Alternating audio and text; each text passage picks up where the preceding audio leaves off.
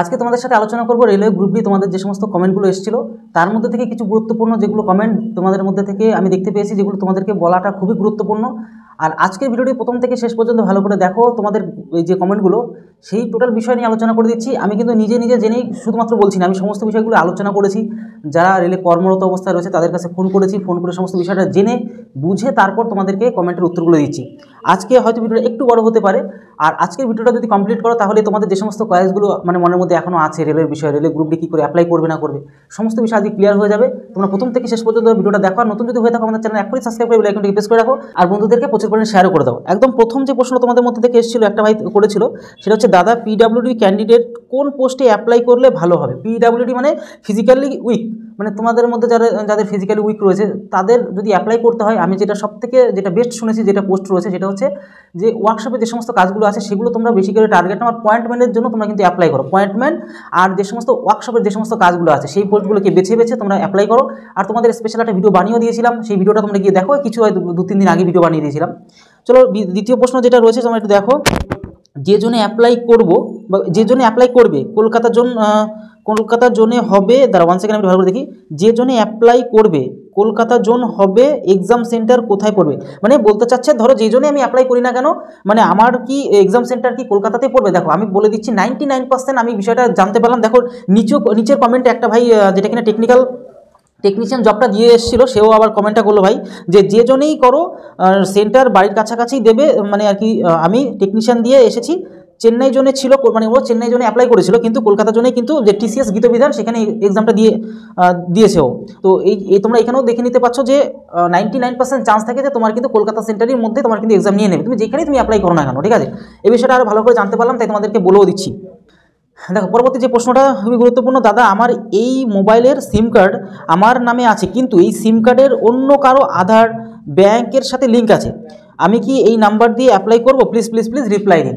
দেখো তোমাদেরকে একদম সিম্পল কথা বলছি, তোমার যে নাম্বারটা সেটা তোমার নিজের আইডি কার্ড, যেটা আধার কার্ড বা আই কার্ড, তুমি নিজের পার্সোনাল আধার কার্ড দিয়ে তুমি সেটাকে তুলবে, মানে সিম কার্ডটা সেটা দিয়ে তুমি চেষ্টা করবে তোমার অ্যাপ্লাই যে নাম্বারটা তুমি যেখানে অ্যাপ্লাই করো না কেন সেটা দিয়ে তুমি করো। আদার্স কারো তুমি নাম্বারকে ইউজ করো না, আদার্স কারো ডকুমেন্টস দিয়ে সিম কার্ড তুলে সেই জিনিসটাকে অ্যাপ্লাই করতে যাও না। দেখা গেল তুমি পাস করলে ডিবিতে গেলে তখন একটু সমস্যায় পড়তে পারো। ঠিক আছে, তাহলে তোমাদেরকে একটা কথাই বলবো যে তোমার নিজের সিম কার্ড, নিজের যে পার্সোনাল ডকুমেন্টসের উপরে যেই সিম কার্ডটা তুলবে সেটা দিয়ে তুমি কিন্তু অ্যাপ্লাইটা করো। ঠিক আছে, চলো পরবর্তী প্রশ্ন দেখো। এখানে মালদা জোনে কাট আপ কেমন যাবে দাদা? মালদা জোনে কাট আপ, দেখো কাট আপ নিয়ে এখনো ভিডিও বানাইনি, আমি ভালো করে রিসার্চ করবো, ভালো করে বুঝবো, তারপরে তোমাদেরকে কাট আপের একটা ভিডিও দেবো। ঠিক আছে, আচ্ছা পরবর্তী যে প্রশ্ন রয়েছে, আপনি বললেন যে একটার বেশি অ্যাপ্লাই করা যাবে না, তাহলে বিহারের ছেলে অন্য জায়গায় প্রেফার দেবে কী করে? দেখো বিহারের ছেলেরা প্রেফার দেবে বলতে ওরা নিজেদের মানে যে লোকাল এরিয়াতে অনেক সময় অ্যাপ্লাই করে না, একটা জন্যই অ্যাপ্লাই করে। এই যে হয়তো তোমার বুঝতে ভুল হচ্ছে, আমি বলেছি একটা জন্যই অ্যাপ্লাই করবে, কিন্তু পোস্ট অনেকগুলো থাকে, পোস্ট 14-15টা পোস্ট রয়েছে, সেই পোস্টে তুমি কোনটাকে আগে দেবে কোনটাকে পরে দেবে সেটা তোমার নিজের ব্যক্তিগত ব্যাপার, কিন্তু তোমার কিন্তু একটা জন্যই তোমাকে অ্যাপ্লাই করতে হবে। ঠিক আছে, চলো পরবর্তী প্রশ্ন বলছে দাদা নর্মালাইজ মার্কটা ধরবো না র মার্কটা ধরবো? দেখো নর্মালাইজ মার্কটা ধরবে না, তোমার দেখো তুমি র মার্ক যাই থাকুক না কেন, তোমার নর্মালাইজেশনের পরে যেই নাম্বারটা আসবে সেটাই কিন্তু বৈধ নাম্বার, এক কথা সেটাই তোমার অরিজিনাল নাম্বার, তার উপরেই তোমার কিন্তু কাট আপ লিস্টে নাম আসবে। তোমার র মার্ক তুমি কত পেলে না পেলে, তোমার 45 নাম্বার পেলে, সেটা যদি 70 হয়ে যায়, যদি 70 হয়ে যায় তাহলে তোমারই তো যে অরিজিনাল নাম্বারটা অ্যাকচুয়ালি 70। তোমার র মার্কে কী আসলো না আসলো দেখে লাভ নেই, তোমার যে নর্মালাইজেশন করার পরে যে নাম্বারটা আসবে সেটাই তোমার কিন্তু আসল নাম্বার। ঠিক আছে, তো এই হচ্ছে ব্যাপার, তার মানে তুমি নর্মালাইজেশন নাম্বারটাই কিন্তু ধরবে। দেখো পরবর্তী প্রশ্ন খুবই গুরুত্বপূর্ণ একটা। দাদা বলছি আমার আধার কার্ডে বাবার নাম নেই, গ্রুপ ডিতে অ্যাপ্লাই করতে পারবো নাকি, না আধার কার্ড আপডেট করার পর অ্যাপ্লাই করতে হবে, প্লিজ বলো। দেখো এখানে তোমাকে একটা কথাই বলবো যে তোমার আধার কার্ডে তোমার বাবার নাম নেই মানে খুবই একটা বড় একটা ভুল, সেটা তুমি চেষ্টা করো যত তাড়াতাড়ি অ্যাপ্লাই, এখনও তো প্রায় 1 মাস সময় থাকবে, এবার 1 মাসেতে কিছুদিন কমলো, তো ব্যাপারটা হচ্ছে তোমার বাবার নামটা ঠিক করে নাও, আরও আগে ঠিক করা দরকার ছিল তোমার, ঠিক করার পরে তুমি ওইটাকে ওই নাম্বারটা দিও।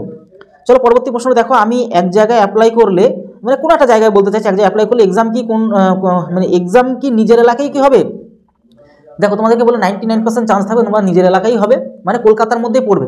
তুমি যদি চেন্নাইতে করো, তুমি যদি সেকেন্দ্রাবাদ করো, তুমি মুম্বাইতে করো, আসামে করো, যেখানে তুমি অ্যাপ্লাই করো না কেন, তোমার 99% চান্স থাকবে কলকাতা, মানে যে গীতবিধান, যেটা তোমাদের গীতবিধান যে সময় টিসিএস গীতবিধান থাকে সেখানে তোমার কিন্তু পড়ার চান্সটা বেশি থাকবে, মানে এক কথা কলকাতা এরিয়ার মধ্যেই পড়বে। ঠিক আছে, তো এই নিয়ে নিশ্চিন্তে থাকো, তোমরা অ্যাপ্লাই যেখানে করো না কেন নিজের এলাকায় কিন্তু পরীক্ষা দিতে পারবে। আচ্ছা বলছি পরবর্তী প্রশ্নটা দেখে নাও। স্যার বলছি রেলের group D form fill up Rabindra মুক্ত বিদ্যালয়ের সার্টিফিকেট দিলে কি হবে? দেখো এটা নিয়ে অনেকেই কনফিউজ থাকে, কারণ অনেকটা কী হয়, রবীন্দ্র মুক্ত ভারতী বিশ্ববিদ্যালয় মানে কি, এটা তোমার মুক্ত বিদ্যালয়, এখানে তোমার যা সার্টিফিকেটের ভ্যালু এমনি নর্মাল আমরা যেখান থেকে রেগুলার পড়াশোনা করেছি সেখানের সার্টিফিকেটের ভ্যালু সেম ভ্যালু। অনেকে এটা ভাবে কি যে আমি অন্য জায়গা থেকে পাস করেছি বা অন্য জায়গা থেকে সার্টিফিকেট তুলেছি মানে কি এটা কি কোনো রকমভাবে কি অ্যাপ্রুভ করবে না? 100% অ্যাপ্রুভ করে, কোনো রকম চিন্তা নেওয়ার কোনো কারণ নেই, কোনো সমস্যা হবে না এটাতে। দেখো পরবর্তী প্রশ্ন, দেখো দাদা আমার সাবকাস্ট সেন্ট্রাল লিস্টে নাম রয়েছে, তাহলে কি আমাকে সেন্ট্রাল কাস্ট সার্টিফিকেট বানাতে হবে? প্লিজ রিপ্লাই দেন। দেখো তোমাদেরকে একদম এই বিষয়ে 2-3টে এমন একটা টপিক যে তোমাদের মনের মধ্যে ভীষণ পরিমাণে কনফিউজ করছে, তার জন্য ভিডিওগুলো বানাচ্ছি যাতে তোমরা ভালো করে জানতে পারো। কারণ এই বিষয়ে তোমার মধ্যে যখন কনফিডেন্স আছে তুমি কিন্তু যে দুশ্চিন্তা থেকে কিন্তু বাঁচতে পারবে। তো তোমাদেরকে একটা কথা বলবো, সেন্ট্রাল লিস্টে যদি একবার নাম কোথাও মানে দেখো, তোমাদের তো সেন্ট্রাল লিস্টে কী করে নাম দেখতে হয় সেই ভিডিও বানিয়ে দিয়েছি, সেই ভিডিওটা ভালো করে দেখো। যেহেতু তুমি বলছো তোমার সেন্ট্রাল লিস্টের নাম আছে, তাহলে তোমার কোনো রকম চিন্তা নেওয়ার কোনো কারণ নেই। তোমার যে সার্টিফিকেটটা আছে সেটা দিয়ে মানে তোমার ইস্যু ডেটটা লাগছে, আর তোমার যে কাস্ট সার্টিফিকেটের যে নাম্বারটা সেটা লাগছে, সেটা দিয়ে তুমি অ্যাপ্লাই করে দিয়ে চলে আসো। এবার তোমার যখন তুমি পাস করবে, তুমি রান টান বা দৌড়ের কেস মানে ফিজিক্যাল যে সমস্তগুলো হয় সেগুলো কমপ্লিট করার পর যখন ডিবি আসবে, মানে ডকুমেন্টস ভেরিফিকেশন যখন হবে, তার আগে দিয়ে তুমি তোমার যেটা সেন্ট্রাল কাস্টের যে সার্টিফিকেটটা সেটা তখন লাগবে, তার আগে কখনোই লাগবে না। আর সেটা তোমার এখন যে বর্তমান যেটা আর কি কাস্ট সার্টিফিকেটটা রয়েছে সেটা তুমি জেরক্স করবে, আর বিভিন্ন ধরনের যে সমস্ত ডকুমেন্টসগুলো লাগবে সেগুলো তোমাদের পার্সোনাল একটা ভিডিও বানাবো, তোমরা কমেন্ট করো, পার্সোনাল ভিডিওটা বানিয়ে তোমাদের সমস্ত কিছু জানিয়ে দেবো, টেনশন নেওয়ার কোনো দরকার নেই। সেখানে তুমি এসডিওর কাছে গিয়ে এটা সই করে নিয়ে চলে আসলেই তুমি ওইখানে যদি যাও তাহলে আর সমস্যা হবে না এই বিষয় নিয়ে, ঠিক আছে?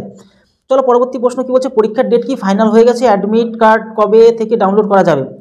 মানে কনস্টেবলে মানে তোমার কিছুদিন আগের থেকে তোমার পারবে, আর অবশ্যই তো তোমাদের এক্সাম ডেট তো পাবলিক হয়ে গেছে এটা। চলো পরবর্তী প্রশ্ন, স্যার আমি যদি অন্য কোনো জন্য অ্যাপ্লাই করি তাহলে আমি কি বাংলায় পরীক্ষা দিতে পারবো? এটা নিয়ে অনেকে কনফিউজ থাকে, আর এই প্রশ্নটা কিন্তু প্রায় অনেকে করে, ঠিক আছে?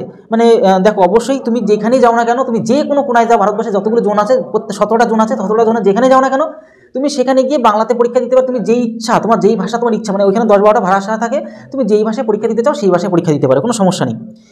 চলো পরবর্তী প্রশ্ন, স্যার আমার ফোন নাম্বারটা মামার নামে কেনা হয়েছে আর কি, বাই করে হয়েছে, কিন্তু মানে দেখো আমি তোমাদেরকে বলি সিম্পল একটা কথা বলি, তোমার যাই লেখা থাকুক না কেন, তোমাকে একটা কথা, তোমার নিজের দেখো তোমার নিজের যে ডকুমেন্টস রয়েছে সেই ডকুমেন্টস দিয়ে যেই সিম কার্ডটা তুলবে সেটাই তুমি দেওয়ার চেষ্টা করো, অন্য কারো নাম্বার দিতে যেও না। তোমার কিন্তু যখন ডিবি বা অন্য সময় কিন্তু তুমি সমস্যায় বলবে, ঠিক আছে? এগুলো কেউ করতে যেও না। দেখো পরবর্তী প্রশ্ন কি বলছে, যদি নাম না থাকে তাহলে কি করব? মানে যদি নামটা যদি না থাকে, মানে কাস্ট সার্টিফিকেট মানে ওই যে সেন্ট্রাল লিস্টে যদি নাম না থাকে, তার মানে তুমি কিছুই করতে হবে না, তুমি এমনিই জেনারেল, তাহলে তোমার কোনো সমস্যা নেই, তোমার জেনারেলের মতন করে নাম্বার তুলতে হবে, এটা তোমাকে করতে হবে। বুঝতে পারছো? আশা করি ক্লিয়ার হয়ে গেল তোমার। স্যার আমার টাইটেল ঘোষ কিন্তু ওবিসি গোয়ালা গোপ, আমার কি সেন্ট্রাল ওবিসি স্যার বলবেন একটু প্লিজ। দেখো মানে যদি ঘোষ থাকে তার মধ্যে তোমার সেন্ট্রাল লিস্টের নাম থাকে গোয়ালা গোপ, তোমার কোনো চিন্তা নেওয়ার কোনো কারণে, তোমার যেই সার্টিফিকেটটা রয়েছে সে সেন্ট্রাল থাকে স্টেটে যাই থাকুক না কেন সেটা তুমি অ্যাপ্লাই করো, তুমি পুরো নিশ্চিন্তে থাকতে পারো, তোমার কিন্তু সেখানে কোনো সমস্যা হবে না, তুমি ওবিসি যেহেতু তোমার সেন্ট্রাল লিস্টে নাম রয়েছে, ঠিক আছে? দেখো আরেকটা গুরুত্বপূর্ণ প্রশ্ন, দাদা লেভেল 1 মানে যে গ্রুপ ডির যে আমাদের যে সার্ভিসটা, চেন্নাইয়ে জব পেলে, ধরো কেউ বলছে যে ও বলছে কি কৌশিক হালদার, ভাই তোমাকে বলছি তুমি যদি চেন্নাই জন্য মানে জবটা পেয়ে যাও, তাহলে সেখানে বাঙালি ছেলেদের থাকা খাওয়া সেখানকার পরিবেশের সাথে মানিয়ে নিতে কি খুবই প্রবলেম হবে? দেখো তোমাদেরকে বলবো যে কোনো রকম অনেকে কাজ করছে আমাদের এখান থেকে, অনেকে চেন্নাই জন্য কাজ করে, সেকেন্দ্রাবাদ জন্য কাজ করছে, তারা তো দীর্ঘদিন থেকে কাজ করে আছে, সেরকম কোনো সমস্যা হয় না। ধীরে ধীরে সমস্ত কিছু তোমার অসুবিধা থাকবে না, ঠিক আছে? ধীরে ধীরে সব মানিয়ে নিতে পারবে। তো এই বিষয়টা বলার, মানে একটা যদি সার্ভিস পেতে যাও লো কাটাবে তাড়াতাড়ি, তাহলে ওসব জায়গাতে তোমার অ্যাপ্লাই করাটাই ভালো হবে। আমার মতে যেটা বলো সেটা আমি বললাম, তারপরে তোমার নিজের ব্যক্তিগত ব্যাপার, তুমি যেখানে অ্যাপ্লাই করতে চাও সেখানেই করতে পারো, সেটা নিয়ে কোনো সমস্যা নেই। তুমি যদি মনে করো যে আমার মানে যে প্রস্তুতি খুব ভালো লেভেলে আছে, তাহলে তুমি 17টা যে কোনো জন্য তুমি অ্যাপ্লাই করতে পারো। আর যদি চাও যে একটা সেফ জোন নিয়ে খেলবে বা সেফ জোন তুমি অ্যাপ্লাই করো, তাহলে সেফ জোনের ভিডিও বানিয়ে দিয়েছি, সেখানে গিয়ে ভালো করে দেখো বিষয়টা আর নিজেরা অ্যাপ্লাই করো। তাহলে ভিডিওটি আজকে এগুলো, তোদের সময় ভালো থেকো, সুস্থ থেকো, জয় হিন্দ, জয় ভারত।